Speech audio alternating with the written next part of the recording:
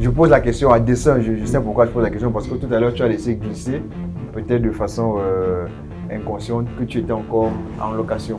Oui. Donc pourquoi est-ce que, vu ton niveau de revenu, vu toutes les activités que tu fais, qu'est-ce que tu fais encore chez les gens? Qu'est-ce que je fais chez les gens? Très bonne question. Je pense que moi personnellement, sortir 30 millions pour construire sa maison, c'est pas rentable. Ce que nous-mêmes nous faisons pour détruire plus ou moins notre environnement, nous sommes responsables à 100%. Si chacun à son niveau commence à faire ce qu'il faut, comme il faut, on stoppe la chaîne de la corruption.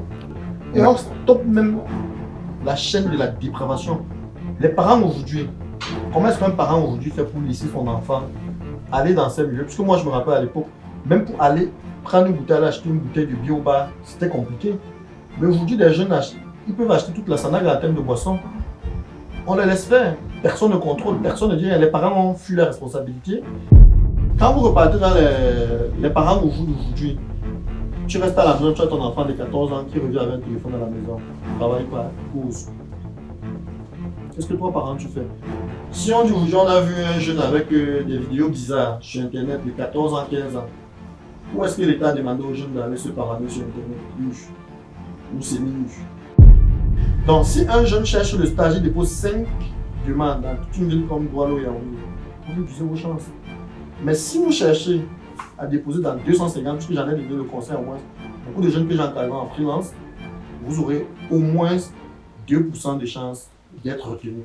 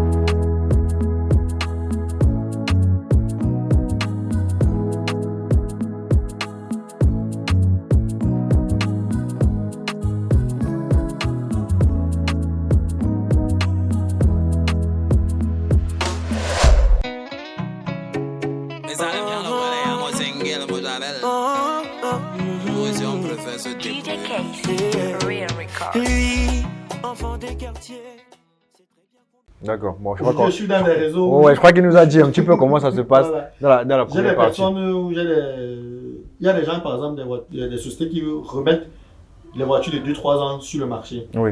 Et j'ai des amis qui sont en interne qui peuvent parfois me donner le réseau, comme on dit, le tuyau. Par exemple, une entreprise qui est au Cameroun qui a acheté du véhicule pour faire un projet, qu'elle part vendre du véhicule, elle vend ça beaucoup moins cher. Un pick-up, tu peux le trouver à 5 millions par exemple. D'accord. Qui a fait 3 ans, qui a peut-être moins de 100 000 km au compteur. Tu vas l'acheter, on va te voir à l'intérieur, on va croire que tu as claqué 12 millions à Dubaï ou ailleurs pour acheter ça, alors qu'en réalité, tu as fait juste du relationnel. Donc aujourd'hui, tu as les moyens d'avoir un bon véhicule, donc un véhicule assez imposant et tout, mais tu ne le fais pas à cause peut-être du regard des autres. Non, pas le regard des autres. Là, je prends mon temps, je me dis peut-être d'ici la fin de l'année. Bon, en fait, je peux acheter à tout moment, pour le moment. C'est pas une pression pour toi? Je pas une pression. En fait, je l'achète même demain si je veux, mais moi, c'est pas... Celle que j'ai déjà, je roule avec. C'est vrai, elle a des petits bobos, mais voilà, je pense que je vais le prendre. D'accord, donc pas de pression, enfin, ça viendra au moment voulu. Les maisons maintenant. Oh, les maisons, bon, ça dépend de ce qu'on appelle maison. Il y a maison et maison. Laisse-toi dire. La maison, il y a juste deux. D'accord, parce que je pose la question à dessein, je sais pourquoi je pose la question, parce que tout à l'heure tu as laissé glisser, peut-être de façon inconsciente, que tu étais encore en location. Oui. Donc pourquoi est-ce que, vu ton niveau de revenu, vu toutes les activités que tu fais, qu'est-ce que tu fais encore chez les gens? Qu'est-ce que je fais chez les gens? Très bonne question. Je pense que moi personnellement, sortir 30 millions pour construire sa maison, c'est pas rentable. Si je prends le cas par exemple, je vais dire où je reste, je vais dire peut-être que je paye un loyer de 100 000 francs moi par exemple. En un an, c'est 1,2 million. En 10 ans, c'est 12 millions. En 30 ans, c'est 36 millions. 36 millions. Mais pour construire une maison où, comme celle que j'ai dit, il faut à peu près les 36 millions ou un peu plus. Donc, comme on parlait tantôt, je ne vais pas encourager ou bien je ne vais pas dire que ceux qui le font mal, mais comme je dis, il y a la vision, il y a son environnement. Moi, je préfère, ça c'est mon choix, moi, opter, prendre 10-15 millions, construire une maison, la mettre en location, elle me génère des revenus, je reste chez moi en location, qu'elle va me générer autant de revenus, et je peux même encore, non seulement elle me générer les revenus où elle est, je peux aller l'hypothéquer, donc je peux prendre encore l'argent sur ça, investir dans un autre projet, et je vis très bien en location, parce que le plus important, il faut bien savoir c'est quoi. Est-ce que c'est la notoriété de dire, je suis chez moi, on vous donne un bonbon ou un mambo quand vous êtes en haut aux gens, ou être chez soi, qu'on a construit, et ne pas être capable de manger 2 poulets avec 3 barres fraîches chaque soir comme moi, qui suis en location. Je peux être en location, je me la coule douce. J'ai une piscine chez moi, je peux avoir mes poissons, je mange ce que je veux, je suis content, je mets un écran de 60 pouces au salon, j'ai toutes les chaînes, j'ai la connexion, je suis heureux, je suis épanoui dans la location, tranquillement. Et ça ne souffre de rien parce qu'à la fin du mois, il y a quelque chose à la main, mon argent arrive. Propre. Maintenant, je peux être chez moi, que j'ai construit. Peut-être l'activité que je faisais qui m'a permis de construire la maison, je ne l'ai plus, ou j'ai plus les mêmes moyens, ou j'ai plus aussi autant de revenus. Là, ça fait que je tire le drap par la queue, je suis obligé de... Voilà, je galère pour m'en sortir. Pourtant, tu as ta maison. Pourtant, tu as ta maison, qui a un bien. Et ça, c'est quelque chose qu'on observe beaucoup en Afrique. En passant, tu as ta maison, mais tu ne te choses pas, ou bien tu ne manges pas décemment chez toi. Tu manges, mais tu ne te nourris pas. Oui. Hein? Tu manges, mais tu ne te nourris pas. Tu ne te nourris pas. Oui. Donc, maintenant, moi, je me dis, et une maison, généralement, sauf je parle ici, je parle des cas. C'est un passif, souvent, une maison. Ça prend beaucoup d'argent pour l'entretien et tout. Non, pas passif, ça dépend, ça j'y reviens. Oui. Qu'est-ce que je voulais dire? Je voulais dire ceci.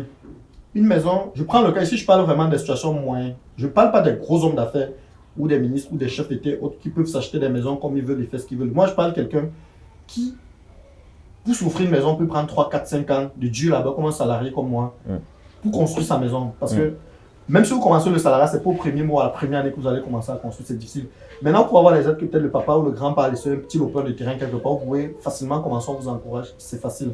Mais si vous voulez commencer par l'acquisition terrienne, c'est-à-dire acheter son terrain et construire, c'est difficile. On va le faire peut-être minimum sur 4, 5, 6, parfois 10 ans. Donc maintenant, chaque mois, quand vous travaillez ou bien en fin d'année, vous épargnez, vous construisez la maison. Ça veut dire que quand je finis en fin d'année, si je touche par exemple 600 000 mois, et donc si je touche 600 000 mois par mois, je reste dans une location de 80 000, 100 000, je prends 500 000, j'envoie au chantier. Ça, c'est même fou. Vous ne pouvez pas travailler 600 000. Non, c'est impossible. Vous envoyez 500 000 au chantier, c'est impossible. Disons 5 millions l'année. C'est impossible parce qu'il y a beaucoup de charges. Il y a les coûts journaliers. Il est parti même dans ce cas 5 millions. 5 millions, c'est même pas encore l'argent. Ça dépend pour acheter un terrain, ça dépend encore de la zone et autres, la première année. Lancer une fondation, ainsi de suite, ainsi de suite. Ça veut dire que vous allez travailler les 5 premières années, vous serez focus sur votre chantier. Vous n'allez jamais avoir le temps, par exemple, si vous êtes en train de travailler, de retirer une bonne partie, faire le restaurant, faire le chantier que je disais tantôt que je fais. Ou même si vous le faites, ça peut être possible de le faire.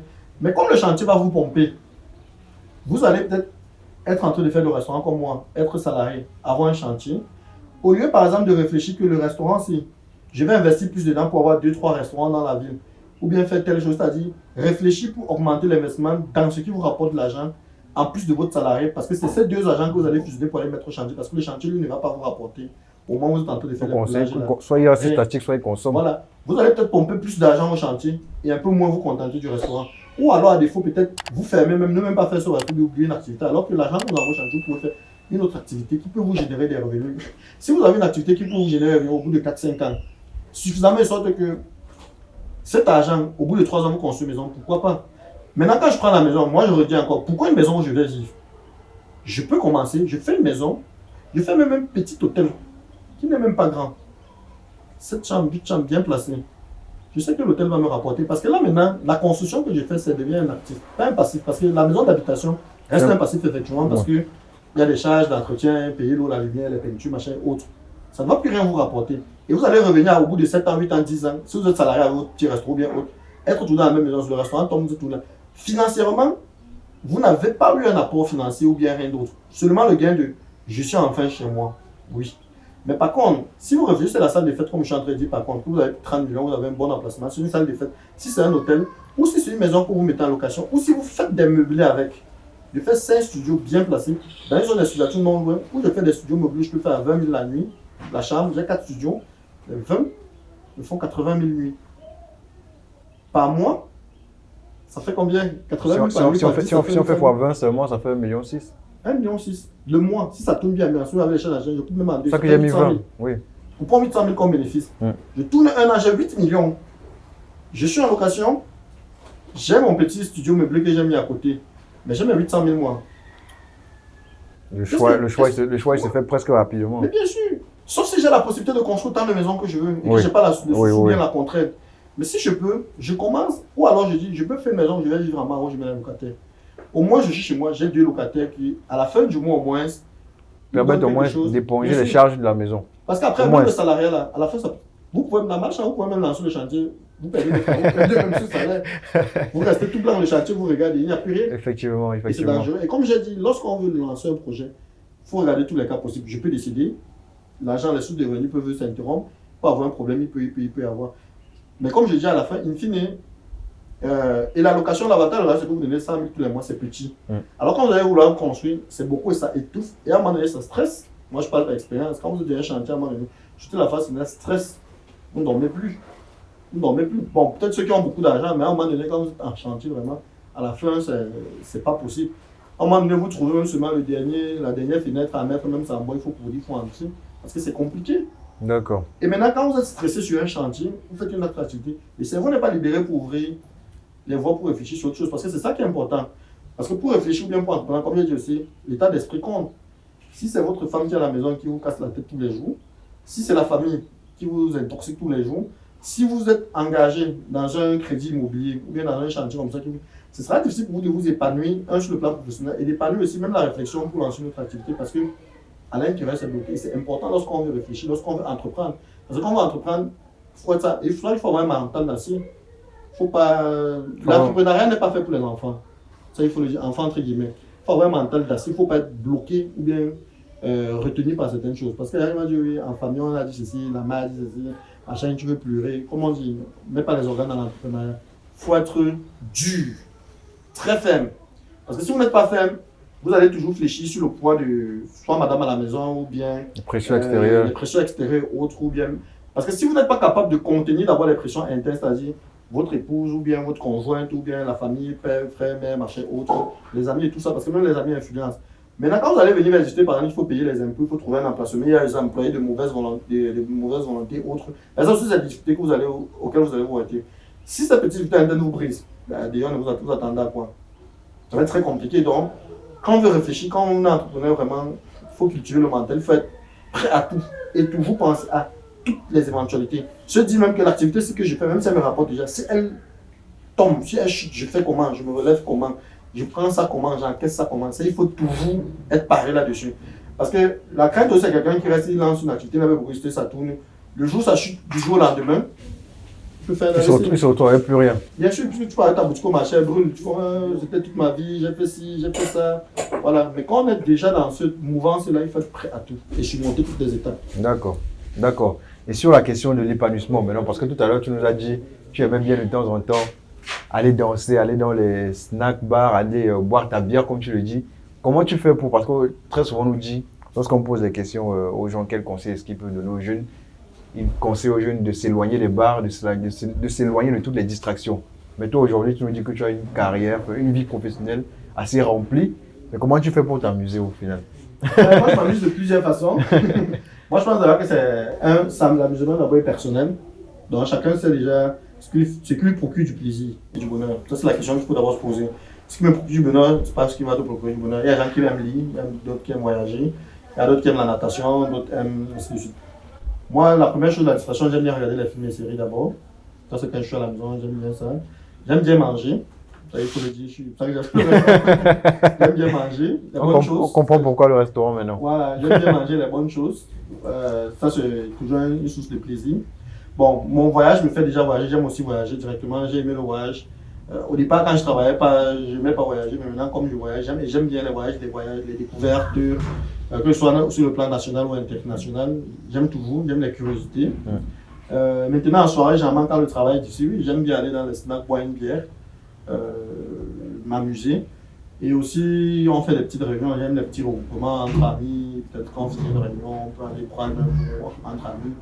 Bon, les snacks, pour dire vrai, c'est clair que si on veut regarder le développement de la société aujourd'hui, de façon catégorique, il faudrait dire il faut fermer les snacks. Mais c'est que c'est une activité chargée à d'autres personnes.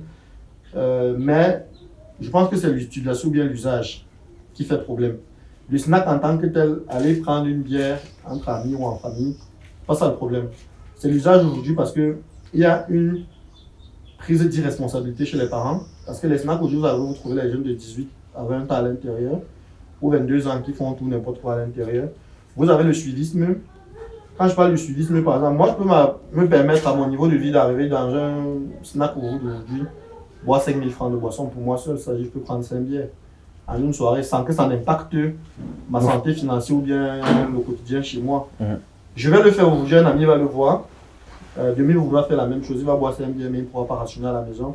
Il va détériorer son couple ou bien détériorer sa famille, son équilibre. Son équilibre. Ou aller à l'intérieur, boire jusqu'à s'enivrer, peut-être rentrer, bagarrer, autre. En fait, c'est toutes ces dérives en fait, qui sont condamnées. Tant que les personnes qui y vont ne sont pas responsables et ne savent pas ce qu'elles veulent, ni leurs limites, ça reste un danger parce qu'au bout du jour, on accepte tout, il y a tout à l'intérieur. Mais aussi, c'est au gouvernement de réglementer cela parce qu'en Europe, il y a des endroits où on ne peut pas vous servir la bière. Un certain âge, un certain niveau. Pas la bière. Si on ne regarde pas votre permis, votre CMI. J'ai eu une fois un collègue qui a voyagé, qui était aux États-Unis, il est arrivé, un directeur d'une grande entreprise de la place même, qui me racontait. Je suis arrivé, j'étais en délégation, il était le chef de mission. Arrivé dans un bar, on lui a demandé son passeport. Il avait oublié son passeport. Non, il avait oublié son passeport, mais quand on le regardait physiquement, ça avait quand même été quelqu'un d'âgé, parce qu'il est dans la cinquantaine. Et un contrôle est arrivé. On a commencé à demander le passeport de tout le pièces, les personnes à l'intérieur. Et lui, il avait oublié son passeport à l'hôtel. Il a passé une mauvaise heure. Une mauvaise quart d'heure. Bien sûr. Alors moi, je pense que c'est une question de réglementation. Et comme on dit, avant qu'on parle même de la corruption, moi je pense que beaucoup de gens aujourd'hui pensent que pour développer un pays, que ce soit le Cameroun ou bien un autre pays africain, c'est venir construire les gros immeubles, avoir des grands routes, les autoroutes comme en France et en Europe. Ça, c'est un peu la culture ou bien l'image, le cliché qu'on veut nous renvoyer dans nos têtes. Mais moi, je ne partage pas ça. Moi, pour développer le pays, première chose sur laquelle il faut travailler, c'est la mentalité. Première chose. Parce que quand on parle, pourquoi est-ce qu'on parle de corruption, pourquoi est-ce qu'il y a les laisser aller, c'est parce que la mentalité a une mauvaise éducation à la base. Très mauvaise. On n'a pas besoin d'avoir une tour Eiffel en plein cœur de Douala pour dire que Douala est développé. Ou bien, si des étudiants ou des travailleurs aujourd'hui qui sont au Cameroun ou à la diaspora pensent que le jour viendra trouver les chemins de fer, les TGV, tous ces trucs qu'on trouve en Europe, au Cameroun pour dire qu'on est développé, c'est faux. Parce qu'on peut les avoir, mais on a une mauvaise mentalité, ça ne change rien. Le développement ne suit pas. Le développement infrastructurel, ce n'est pas le développement des mentalités. Le développement qu'il faut mettre d'abord devant, c'est le développement des mentalités. Si vous développez la mentalité, vous allez développer les infrastructures très vite. Parce que la corruption, ce n'est qu'une mentalité, c'est une question de mentalité.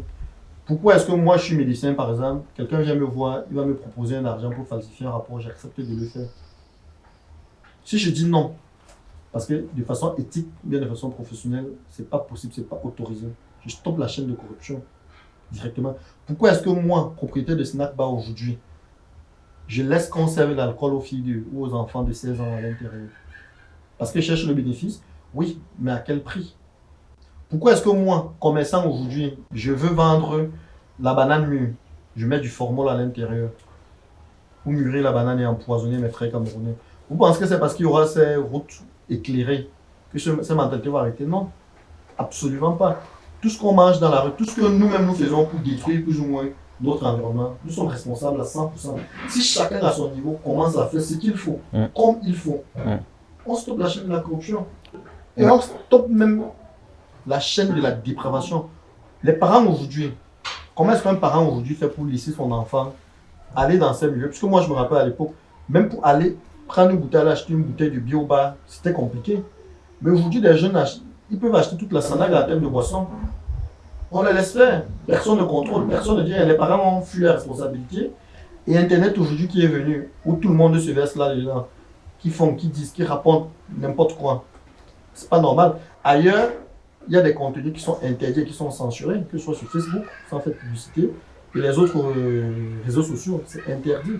Mais si actuellement, c'est tout le monde qui dit ce qu'il veut, c'est tout le monde qui partage ce qu'il veut, que les images soient choquantes, blessantes, ou bien comment, c'est tout le monde. L'État a son rôle à jouer, les parents ont leur rôle à jouer, mais individuellement, on a un rôle à jouer. Chose qui tue la jeunesse aujourd'hui. Il y a des gens qui vont rester aujourd'hui avec la connexion, passer 4, 5, 6 heures à scroller sur tous ces médias, sans rien faire, sans rien dire de bon, sans sortir de là avec quelque chose. Moi qui vous parle par exemple, si vous prenez mon téléphone, on dit WhatsApp, il n'y a rien d'autre. Moi personnellement, j'ai rien d'autre. Tout le reste là, il n'y en a pas. Parce que je ne vois pas ce qu'il va aller faire là-bas. Je ne vois pas ce qu'il va aller faire là-bas. Je ne vois pas ce que ça va me rapporter. Ni dans mon travail, comme je dis, tout ce que je fais, mes activités, ce n'est pas ça. Maintenant, certains peuvent développer ça à but commercial, je suis d'accord. Mais je pense qu'au moment, il y a une très mauvaise utilisation des gestions Les réseaux sociaux. des réseaux sociaux et d'Internet. Ça, c'est ce qui ne va pas. C'est la même chose. On va parler des snacks. C'est pareil, on parle des snacks. Il n'y a pas que les snacks. Même dans le sport.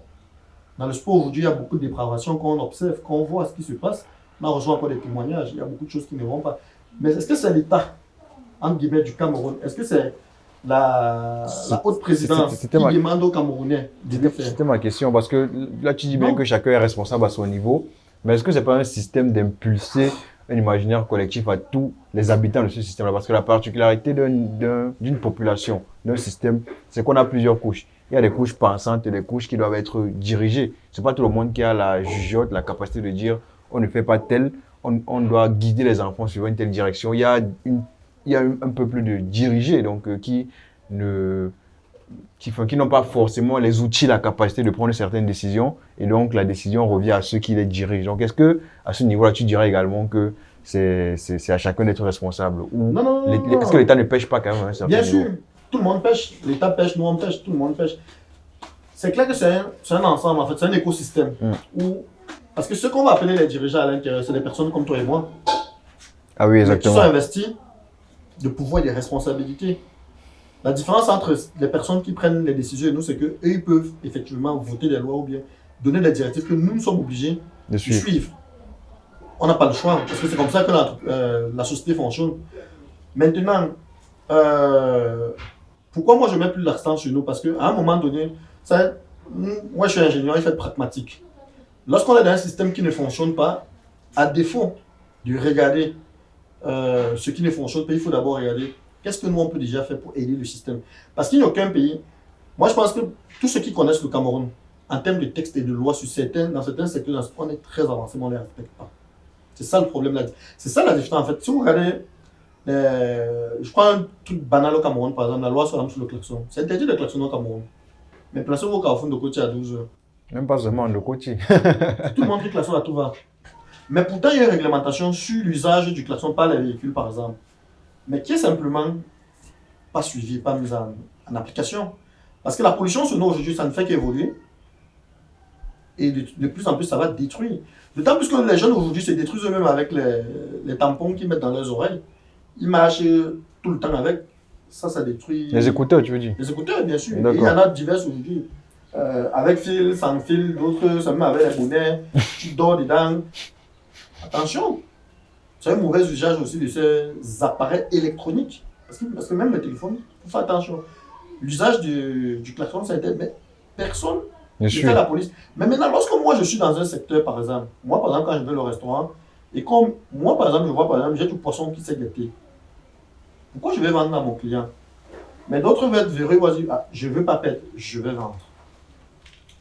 Là maintenant, est-ce que c'est l'État? L'État ne peut pas venir tous les jours dans ton restaurant, contrôler tous les poissons que tu as à peu près, c'est impossible. Donc même si l'État insuffle, à un moment donné, il faudrait que ceux qui sont en bas, qui sont censés les respecter, le fassent aussi.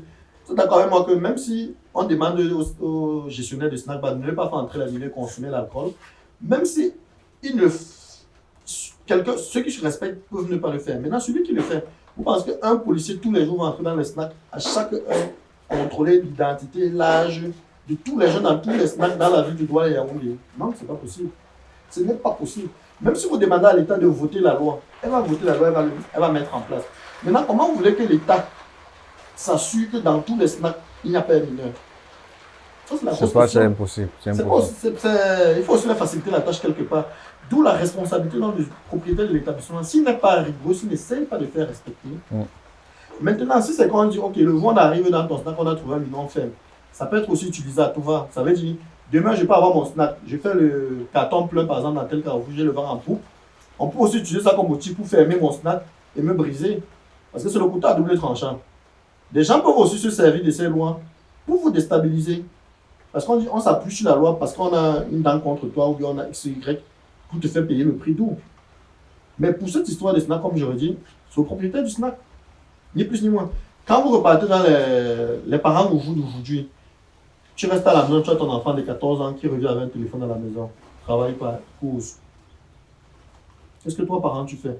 Si on dit aujourd'hui, on a vu un jeune avec des vidéos bizarres sur Internet de 14 ans, 15 ans, où est-ce que l'État a demandé aux jeunes d'aller se parader sur Internet, nu ou semi-nu? Même si on vote la loi, c'est interdit de le faire, ok, on l'a voté. Qui respecte? Vous voulez maintenant que l'État, je ne supporte pas l'État, ça il faut bien le préciser, mais je veux dire, il y a des actions ou bien des éléments que l'État ne peut pas être omniprésent, omnipétent sur tout ce qu'on fait. On a notre part de responsabilité. Si tu es parent, ton enfant a un téléphone qui l'utilise mal, il y a des vidéos, tu es le parent qui est responsable, le jeune aussi également. Maintenant, on ne va pas demander aux policiers que dans chaque carrefour, va dans chaque maison, collectionne les téléphones, regarde ce que les jeunes ont. Non, non, non, non, non, non. Qui va le faire?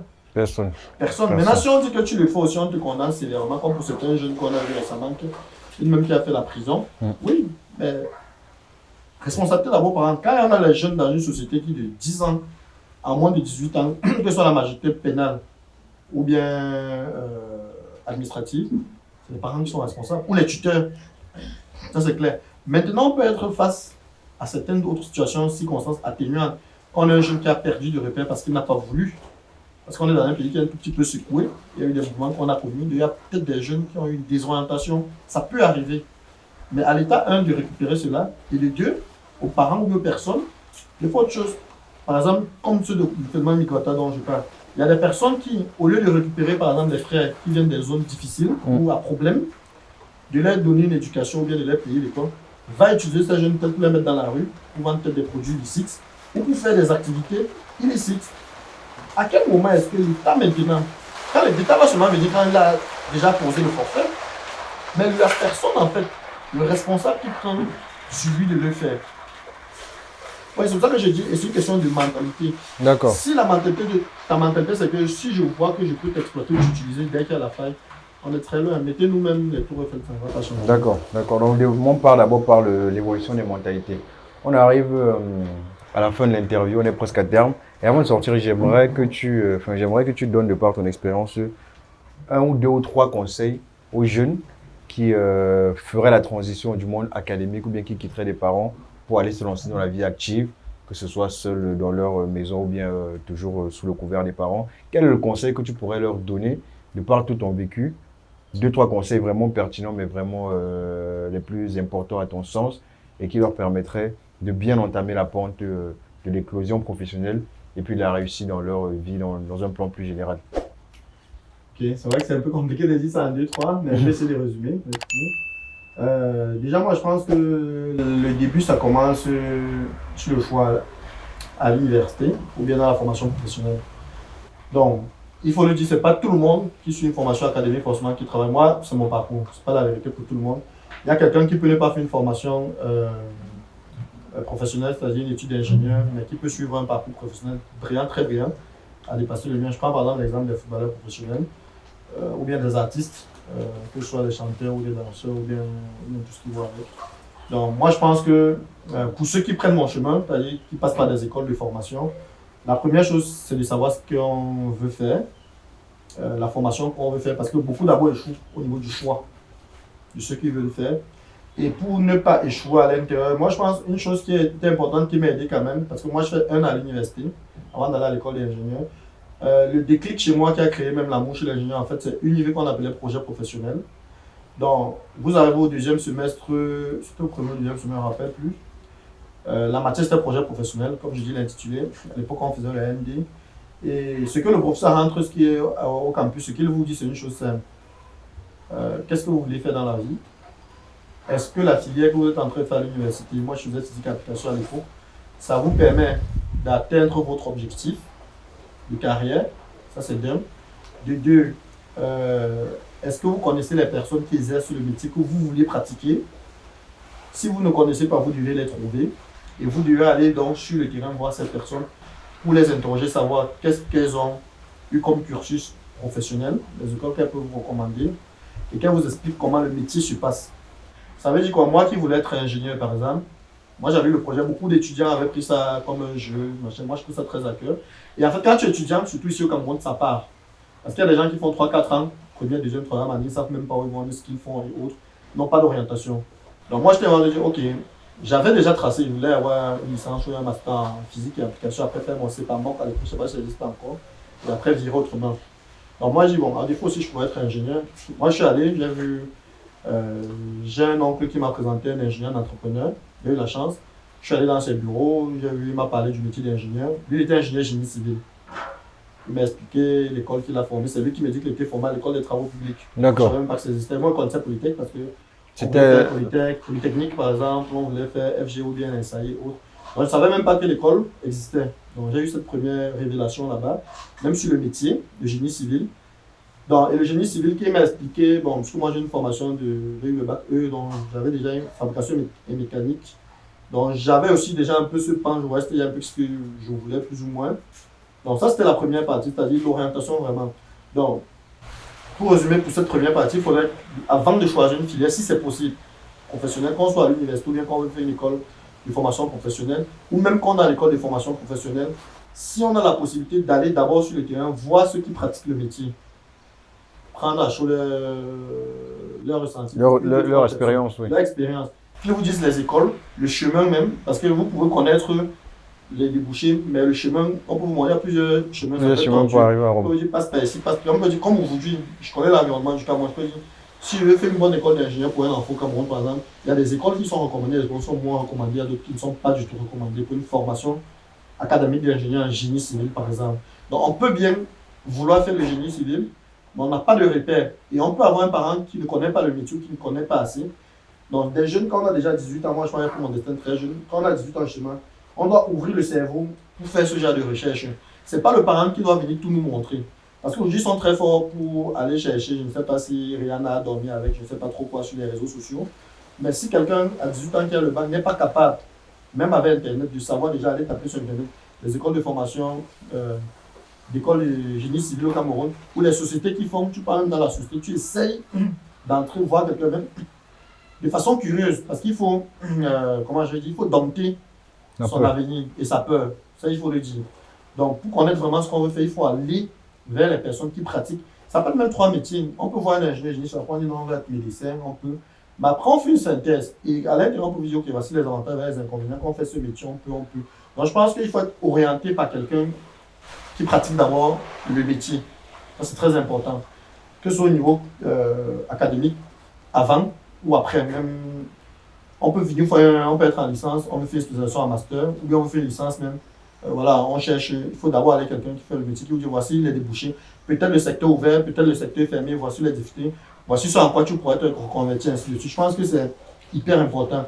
Et avoir la culture surtout d'aller sur le terrain vers les entreprises. Les excuses qu'on dit qu'on arrive dans les entreprises, on ne reçoit pas, on ne dépose pas les dossiers, on ne fait pas ci, on ne fait pas ça. Moi, je pense qu'il ne faut pas se cacher derrière. C'est une réalité, c'est vrai. Au Cameroun, c'est difficile d'avoir des stages, c'est difficile d'être... Puisque moi-même, j'en ai vécu. J'en ai vécu et j'ai presque failli être frustré. Parce que la deuxième entreprise, j'ai failli faire le stage que j'avais même, c'est le vigile qui m'a bloqué. Ce que j'avais fait à l'époque, ça fait peut-être 13 ou 15 ans aujourd'hui. Je suis allé sur le site de l'entreprise, j'ai tapé. C'était une grosse entreprise multinationale toujours, puisque c'était mon rêve. Je suis allé voir le nom de 2-3 personnes à l'intérieur. Avec la chance, ils travaillent encore. Je suis arrivé à la grille, j'ai dit que j'ai renouvelé monsieur tel. On m'a fait entrer. C'est comme ça que j'arrive, je connais le bureau, non. Quand j'arrive, je vois le monsieur, je lui explique mon besoin de stage.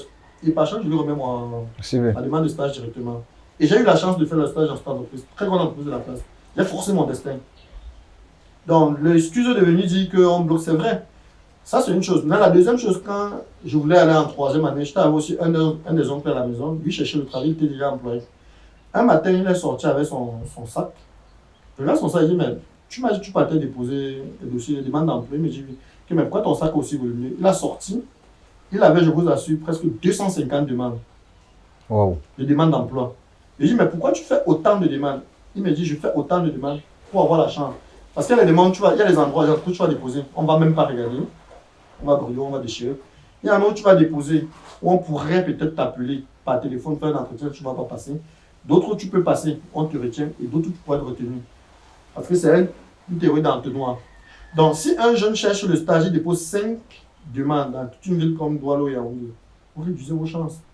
Mais si vous cherchez à déposer dans 250, puisque j'en ai donné le conseil au moins, beaucoup de jeunes que j'encadre en freelance, vous aurez au moins 2% de chances d'être retenu, pas d'être appelé.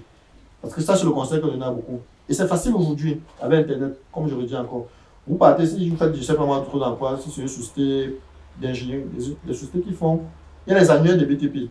Vous tapez, vous avez le nom de l'entreprise, où c'est situé, machin. À défaut d'aller sur Internet, vous mettez vos chaussures, vous vous promenez, vous partez à Bonapriso, à quoi. Vous allez marcher, vous allez voir les entreprises, vous allez voir les noms. Parce qu'il y a des entreprises même qui ne sont pas connues sur Internet, mais qui sont importantes.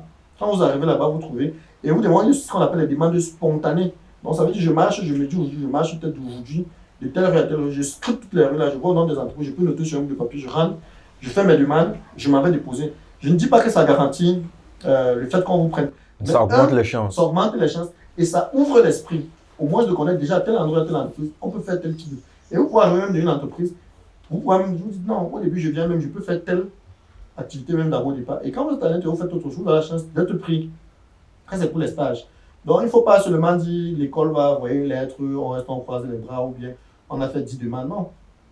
Multiplier autant de demandes que possible. Vous pouvez envoyer les demandes aussi par email. Il y a les entreprises, il y a la possibilité d'envoyer demandes de CV par email. Vous avez Internet, vous avez toute la journée. Vous pouvez envoyer même 200 emails. C'est la connexion seulement qui pleure. D'accord, d'accord. Voilà, ça, c'est le premier conseil. Oui. Le deuxième conseil maintenant, c'est qu'est-ce qu'on recherche pour vouloir réussir? Qu'est-ce qu'on recherche sur le plan professionnel? Est-ce qu'on cherche un emploi à court terme, à long terme, à moyen terme? Qu'est-ce qu'on fait? C'est le désir qu'on a en fait au fond de soi. Parce que, comme je dis, vous pouvez trouver un emploi, vous laissez ou bien. Qu'est-ce que vous avez au fond en fait? Au fond de vous, quelle est la boule qui vous ronge? Ça, et ça, c'est un truc que c'est intrinsèque, je ne peux pas dire. Quelqu'un veut travailler, il y a des gens qui travaillent pour diverses raisons. Juste pour manger, juste pour faire le gros dos quartier aussi, comme on dit, je travaille, toi tu peux travailler, je ne veux pas être chômeur, je ne veux pas pour fuir ci, pour fuir ça, ou bien peut-être pour fuir une ville, pour fuir, ou bien pour peut-être pour démontrer quelque chose à quelqu'un, ou à un groupe de personnes, à un groupe d'individus. Donc, quelles sont vos réelles intentions quand vous voulez travailler? Quelles intentions, c'est jusqu'où vous voulez aller. Est-ce que vous voulez travailler, rester salarié toute la vie? Est-ce que vous voulez travailler pour vous aurez une grande carrière? Le plan de carrière. Voilà. Ou est-ce que plus tard vous voulez. Ça peut être aussi, je veux commencer juste un métier. Je prends un cas. Je peux commencer un métier, je vais travailler dans 2 ans. Parce qu'après 2 ans, je me mets à mon propre compte. Je ne vais pas faire ça plus de 5 ans. Je prends quelqu'un, par exemple, qui a un petit sujet d'enregistrement photo. Je peux aller travailler, je fais les caméras, je fais les montages. J'apprends le métier. Mais plus tard, je veux plus ou moins avoir mon propre studio photo en moi. Ça, c'est ma vision. Donc, tant que vous n'avez pas cette boule en vous, c'est aussi compliqué en fait de donner des orientations. Donc, il faut déjà savoir ce qu'il y a là. Il faut déjà avoir cette étincelle. La vision, c'est quoi? C'est juste arriver comme j'ai trouvé, on me paye là, je suis au chantier, je suis chef chantier, je vais rester là, me contenter de ça. Ou demain, je vais être plus tard patron d'entreprise, ou demain, voilà. Ça, c'est la deuxième chose. La troisième chose maintenant, c'est la persévérance. Une persévérance sur tout ce que vous faites. Donc, que ce soit sur la recherche, que ce soit sur le travail, que ce soit sur le métier lui-même, persévérance et compétence. Parce que si vous n'avez pas de compétence, c'est très compliqué de trouver du travail. Parce que même les footballeurs, même ils ont du talent. En fait, je ne vois pas un métier qu'on fait aujourd'hui, sauf le manœuvrage par exemple du chantier, quand on dit porte le ciment, si tu déposes là-bas, on dit quand la tête ne réfléchit pas, c'est tout le corps qui souffre. Donc si vous voulez faire ce genre de métier, peut-être déchargeur de camion, vous n'allez même pas suivre cette vidéo, donc allez porter directement. Mais si vous voulez exceller dans un domaine, ou dans des domaines qui vous sont différents, il faut être compétent, il faut être formé, il faut aller vers les gens qui connaissent. Comme je dis, moi, par exemple, je voulais faire la pisciculture, je ne connaissais pas.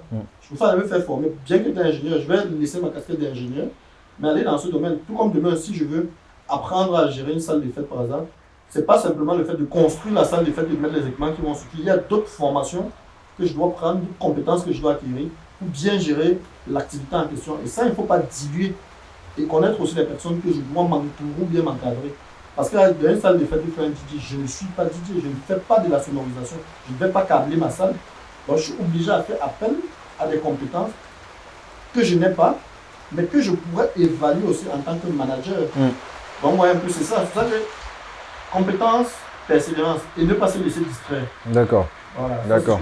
Oui, je pense que c'est le meilleur conseil. Moi, je ne peux pas rajouter plus que ça. Mais avant de sortir, je veux que tu nous passes, tu as insisté plusieurs fois sur le terme stage en freelance. Est-ce que tu peux nous parler de ça pendant 30 secondes, juste 30 secondes et on coupe? Stage en freelance, j'ai commencé ça depuis 3 ans. Ça veut dire quoi? Je me suis rendu compte, comme je disais tantôt, les stages sont très difficiles. Ce que je fais, c'est pas dans l'école de formation d'ingénieur en l'occurrence, que je connais ou bien les professeurs me connaissent déjà, parce que c'est un peu que j'enseigne que moi je ne vais pas enseigner, parce que mon emploi de temps ne le permet pas. Oui. Donc je prends 10 stagiaires, 10 étudiants, demain à 10 étudiants, vous venez, vraiment il fait ça le samedi, il fait exprès. Je dis, je dois rendez-vous à mon bureau, c'est samedi peut-être de 8h, je fais partie dans de 7h à 9h. Ceux qui viennent, qui respectent l'heure, c'est ceux que j'entretiens. Vous faites un entretien, vous composez, vous avez les preuves. Ceux que je me je les ai prendre 3 ou 4, le reste, je renvoie à la maison. Donc, comment est-ce que ça se passe concrètement? Vous n'allez pas travailler dans mes bureaux, directement. S'ils ont des machines, déjà, c'est le plus important. Je prends par exemple un thème, par exemple, je prends la ressource en eau, par exemple, un thème qui est dans le métier que je fais. Ok, on vous apprend comment est-ce qu'on fait, par exemple, une mobilisation d'une eau de surface, par exemple. Ok, quels sont les différents types de choses? Je vous donne, je fais des énoncés, je vous explique pas mal. Je vous ai déjà des entretiens après mes heures de travail. La même fait ça entre 16h et 19h parfois. Vous êtes dans mon bureau 3 heures, je vous entretiens, je vous donne les éléments, vous rentrez à la maison, vous travaillez avec personne, ça veut dire que je travaille avec personne, et vous revenez dans 2 jours, vous allez travailler sur tel thème par exemple, vous revenez avec vous les données, je corrige, vous avez des questions, vous les demandes.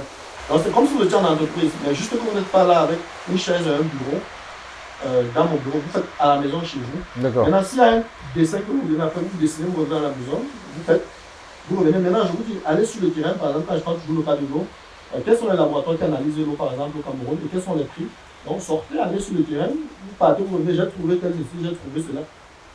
C'est comme ça, et j'en ai déjà formé beaucoup. D'accord. Et je travaille aussi avec certains. Je travaille aussi avec certains. Et une même est en Côte d'Ivoire actuellement, elle va se reconnaître. D'accord. Une banque mondiale. D'accord. Donc, moi, ça me plaît. Plus les 4, les derniers que j'ai pris, premièrement, j'ai pris trop de temps.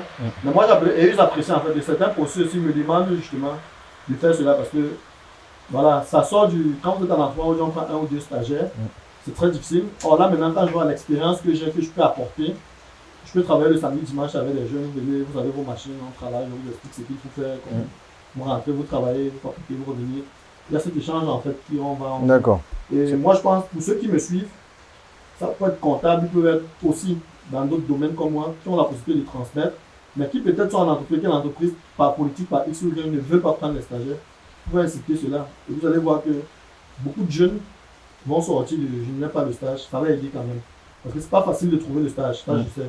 Donc ça, on peut aider au moins les jeunes, au moins en pratiquant ainsi. C'est-à-dire, on fait 5, 6, si chacun fait peut-être 3, 4, 5, 6, chaque semestre ou chaque trimestre, vous allez voir, ça va donc, on peut dire 1 mois, tu viens. Même si ce n'est qu'un dessin, quelqu'un va prendre le dessin, tu prends, il y a pris une autre par exemple, je vais avec un dessinateur, tu pars à la maison de l'esprit, tu fais le dessin, tu reviens, corrige, 2-3 heures, 2-3 heures, 2-3 heures. D'accord. Ça aide quand même. Ça aide beaucoup, je crois. Et je crois que c'est très noble comme pratique. Et puis on t'encourage et on te félicite à continuer dans ce sens-là. Donc on arrive à terme de l'interview. Moi, je dis merci beaucoup à Astolfi d'avoir accepté de faire partie de cette aventure. Moi, j'ai beaucoup appris sur le plateau. J'espère que ça sera le cas pour vous également. Ça n'a pas été très évident. On a dû courir après lui. De par son planning assez chargé, moi, on a réussi à l'avoir pour 2 heures et quelques minutes d'entrevue. Très intéressante. J'espère que vous apprendrez beaucoup. Un petit mot pour la fin, peut-être, pour nos spectateurs. Un petit mot, c'est qu'abonnez-vous sur la chaîne. Déjà. Merci. Merci de m'avoir invité. C'était un plaisir de partager, d'échanger. Peut-être qu'il y aura l'occasion. Donc, moi, je redis encore, j'attire surtout l'attention de tous les confrères, que ce soit de la diaspora ou bien que ce soit ici. Il faut donner les bonnes bases aux jeunes. Donnons la bonne base aux jeunes. Moi, je suis l'un de ceux qui pensent qu'il faut déconnecter presque tous les jeunes d'abord sur Internet, sur tous les réseaux sociaux, surtout les moins de 21 ans. Ça, c'est bien. De revenir vraiment essayer d'investir sur le capital humain. Ne pas penser que pour revenir ici, il faut mettre beaucoup d'argent. Moi, je pense que la première chose, comme moi, personnellement, je peux avoir de l'argent, mais il n'y a pas d'idée. Vous voyez. Comme on dit, un professeur m'a dit, il y a l'argent dans les orgies. Il n'y a personne qui s'intéresse aux orgies au Cameroun, par exemple. C'est une mine d'or. Donc, penser qu'il faut développer un revenir au Cameroun, forcément, mettre l'argent, je dirais non. Ceux qui sont à la diaspora, vous pouvez instituer des groupes ici, de réflexion, de travail, où vous pouvez avoir des réflexions. Et vous pouvez partager des projets prématurés, maturés ou bien maturés carrément, avec des jeunes ici. Avec ou sans financement, les gens peuvent s'en sortir. C'est déjà une aide, c'est déjà un pas. Donc, ne pas penser que voilà, le point final, c'est venir implémenter au Cameroun forcément. Non. Et plus inciter les jeunes à regarder.